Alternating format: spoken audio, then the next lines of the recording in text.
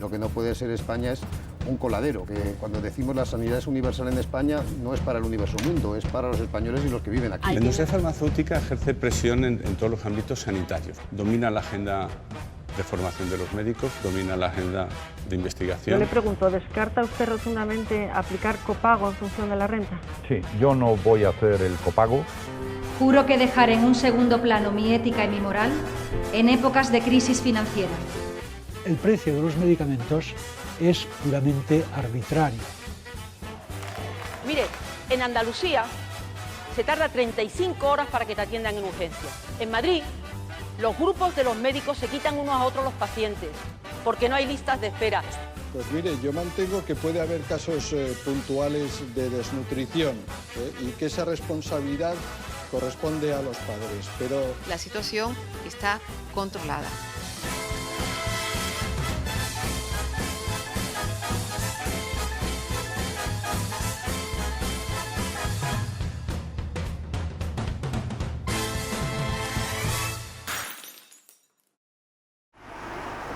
Bueno, María José Fernández, médica jubilada de familia, bienvenida, muchas gracias por estar aquí en este sitio tan chulo. Sí, precioso, ¿eh? Sí, sí, aquí al solito. Bueno, bien. Vamos a hablar contigo de la despersonalización del sistema sanitario. Entonces, ¿quién eres?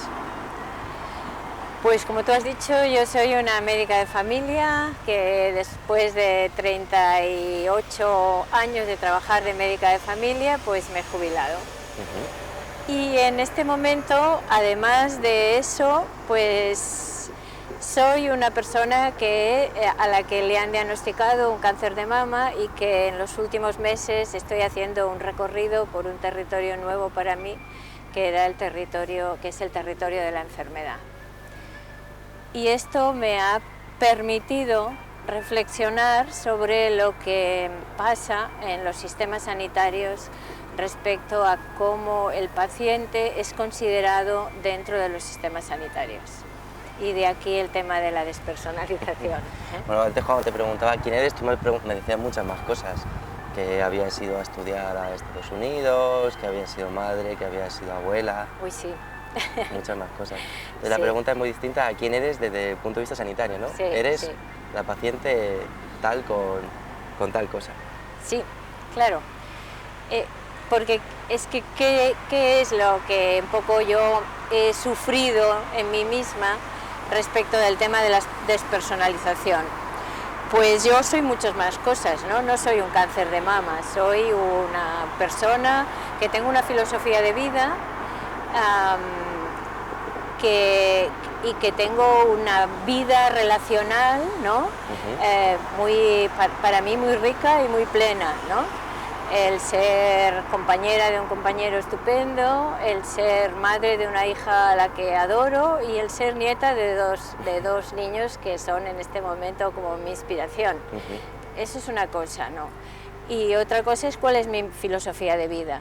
Yo ayer presenté en el CIAP cuál era mi filosofía de vida y mi filosofía de vida la encontré en un bar que dice... un buen sitio para encontrar una filosofía de vida. En un bar que en el cartel tenía la vida es incierta, cómete primero el postre. Y bueno, esta es mi filosofía de vida. Yo sé que la vida es incierta, que la muerte forma parte de la vida. Pienso además, o sea, yo acepto mi muerte, acepto la muerte, sobre todo la mía, ¿eh? Si me dices si acepto otras muertes, no lo sé, pero sí que acepto mi muerte y como parte de la vida, ¿eh? Y como que no sé cuándo llegará ni cómo, pues yo quiero disfrutar de cada momento de la vida. Por ejemplo, ahora de estar aquí contigo, tomando el sol, oyendo la música, con el Guggenheim a la derecha, pues esto es un disfrute fantástico que nos da la vida, ¿no? Bueno, todo esto, ¿qué quiero decir? Que todo esto, que a mí me hubiera gustado que el sistema sanitario lo conociera, que el sistema sanitario supiera cuáles eran mis valores, cuál era mi perspectiva de vida, cuál era mi vida, ¿no? En el momento en el cual yo entro en el territorio de la enfermedad, pues es muy difícil que el sistema sanitario lo entienda y lo comparta, porque de alguna manera para el sistema sanitario, no siempre, yo he tenido muchos profesionales que me han entendido, pero en la cadena de montaje, que digo yo, se dan muchos momentos en los cuales tú eres un objeto, un objeto de esa cadena de montaje, ¿no? Y si tuvieran que decir, pues dirían, aquí viene el cáncer de mama, ¿no? Digamos, por decirlo de alguna manera, ¿no? Y yo no soy un cáncer de mama, yo soy una persona. Antes hablabas también de la importancia de sentirse acompañada durante todo este proceso. Me ha gustado mucho cuando decía, yo fui un momento a un acto clínico, iba sin acompañar porque no tenía que tomar decisiones importantes. Yo justo eso, ¿no? Qué importantes son las compañías, de sentirse así, para las decisiones que de verdad son importantes. ¿Te has sentido acompañada a lo largo de este proceso? No digo por parte familiar, sino más en el sistema sanitario. En el sistema sanitario, yo me he sentido acompañada por personas, En concreto, por ejemplo, mi oncóloga me ha acompañado, sabe quién soy, sabe qué quiero y sabe, digamos, adecuar sus propuestas a lo que yo quiero. Todo y que en algún momento me dijo, ¿por qué no confías en mí y dejas las decisiones en mis manos? Y yo le dije, confío en ti, pero las decisiones las quiero tomar yo. Entonces, a partir de ahí, ella ya sabe esto y entonces acepta que discutamos las opciones, que decidamos, que decida yo, ¿no? Entonces yo aquí me he sentido muy, muy acompañada.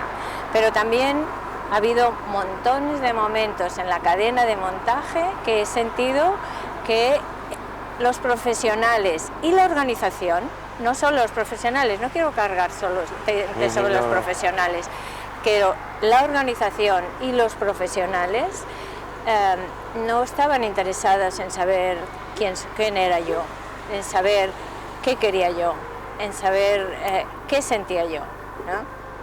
Yo explicaba ayer esto, ¿no? O sea, que la típica visita que tenemos a veces cuando voy a hacerme el tratamiento es que la persona, quiere decir que son todas profesionales muy simpáticas, técnicamente perfectas, me recibe y me dice, hola, ¿cómo estás? Y digo, bueno, vamos haciendo, pero ¿tienes molestias? Hombre, sí, molestias sí que tengo, pero ¿las molestias son las de siempre? Sí, las de siempre. Vale, pues venga, vamos a hacer el tratamiento. Entonces, claro, tú dices, ¿estaba interesada en saber cuáles eran mis molestias y cómo las vivía yo y cómo las llevaba? No, ¿estaba interesada en saber si me podía poner el tratamiento? No, no estaba interesada en mí. Estaba interesada en ponerme o no ponerme el tratamiento, ¿no? Es decir, si había tenido fiebre o no, porque si había tenido fiebre no me puedo poner el tratamiento. Pero ni siquiera me pregunta si tengo fiebre, sino si me pasa lo de siempre, ¿vale? Entonces, bueno, esto ha habido muchos momentos en los cuales yo he sentido que estaba, bueno, que para la organización y para los trabajadores sanitarios en aquel momento yo no era un sujeto, era un objeto. Decías que estábamos en una sociedad que, bueno, no aceptaba bien la enfermedad grave ni la muerte y casi la escondemos, no sabemos gestionarla bien y que eso como profesionales no puede ser así.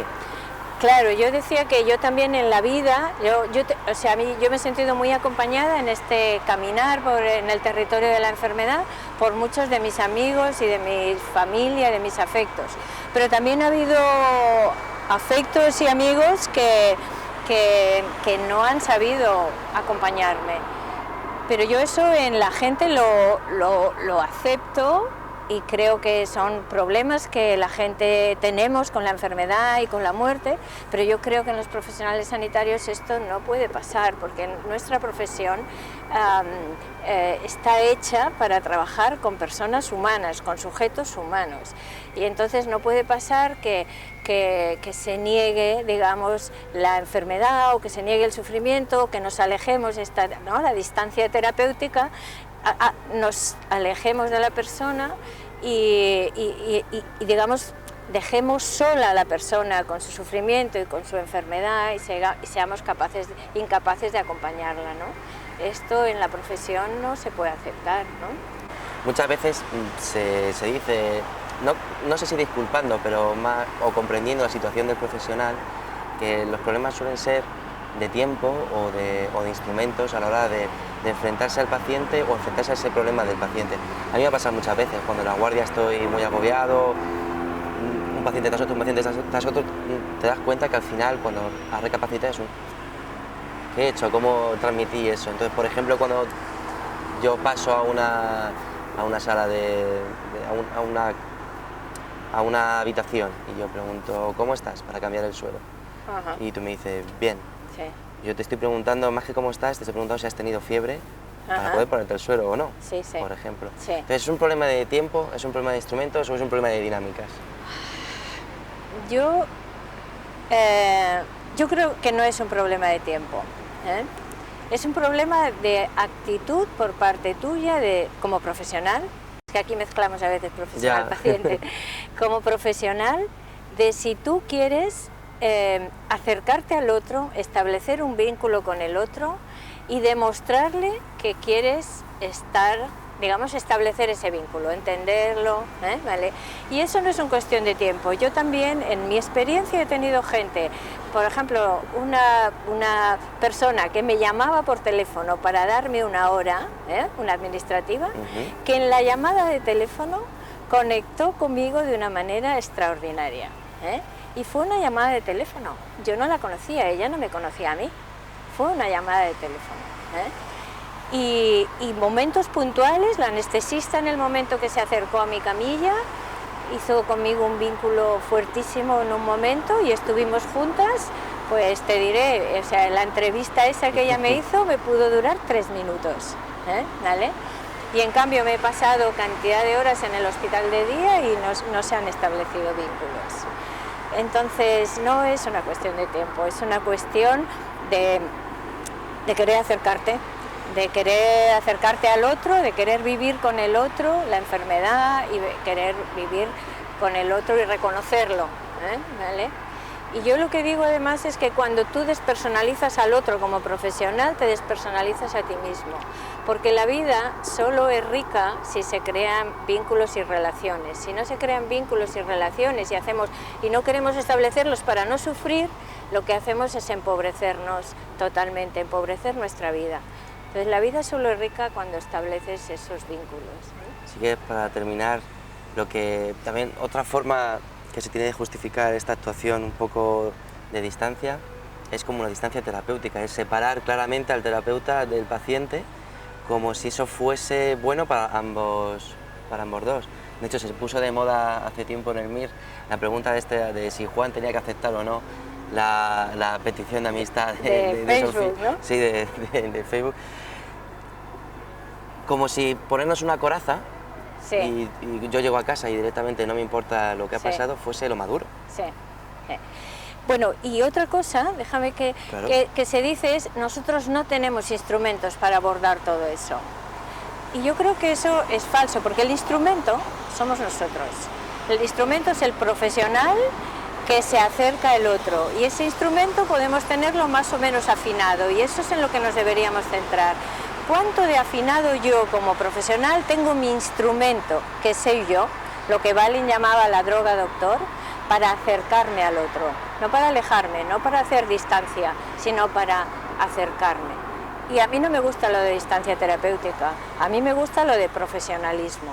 Es decir, claro, evidentemente, si yo tengo delante a una persona que sufro, tengo que entenderla, tengo que saber cómo lo vive, saber qué piensa, saber cuál es su filosofía de vida, pero no me puedo dejar invadir por lo que al otro le pasa, porque si me dejo invadir por lo que al otro le pasa, entonces yo dejo de ser terapéutico. Pero yo a eso no le llamo distancia terapéutica, le llamo profesionalidad.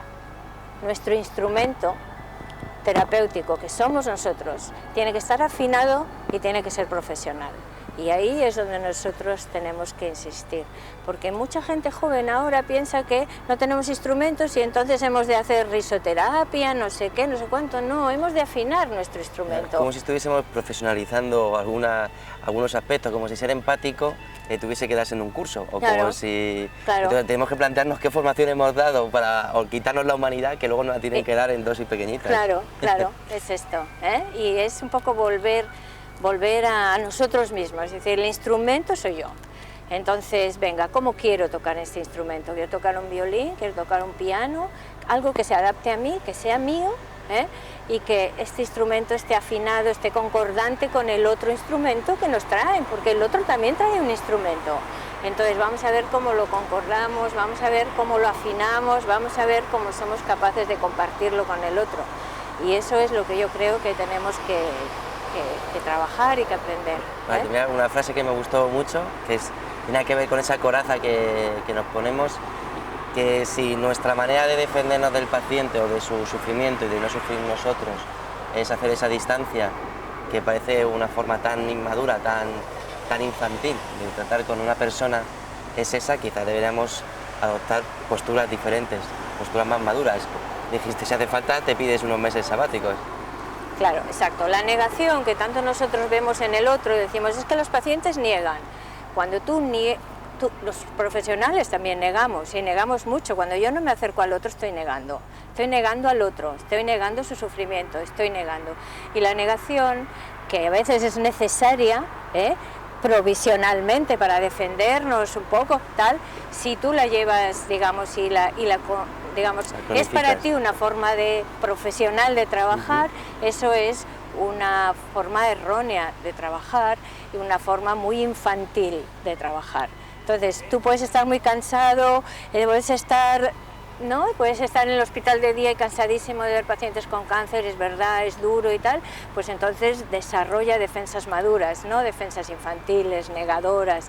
¿Y cuáles son esas? Pues depende, ¿no? Por ejemplo, te puedes ir un año sabático, te puedes ir a hacer un viaje, o puedes formarte más, puedes ir a hacer un curso, desarrolla defensas maduras, pero no desarrolles defensas que te alejen de las personas. Si despersonalizas al otro, te despersonalizas a ti mismo. Sí, bueno, señor. Pues María José, muchas gracias por compartir esto, Sí, muy bien. y que seamos más conscientes de ello. Muy bien, gracias a ti.